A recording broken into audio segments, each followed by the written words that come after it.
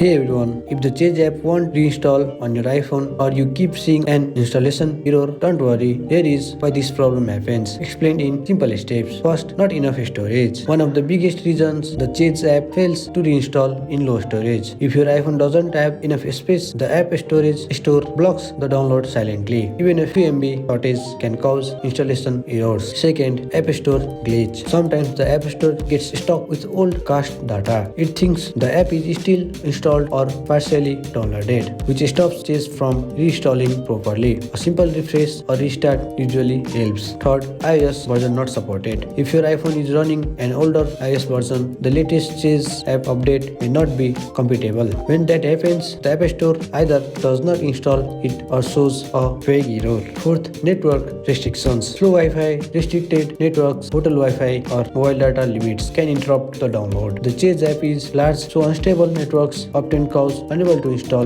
messages. Sixth, VPN or security apps blocking it. If you use a VPN, adblocker, or custom DNS, they can interfere with Apple secure download channels. This stops the Change app from reinstalling or keep it stuck on loading. Sixth, corrupted previous installation. If the app was removed due to a crash or update error, leftover corrupted files may remain. Those hidden fragments prevent the new installation from completing. Seventh, Apple ID or region issue. If your Apple ID region doesn't match the Change app's supported region, the App Store won't let you reinstall it. This also happens if your payment method failed or expired, and that's why many users can't reinstall the Change app on their iPhone. And that's it. I hope you like this video. If you find this video helpful, drop a like, subscribe to our channel. See you in the next video.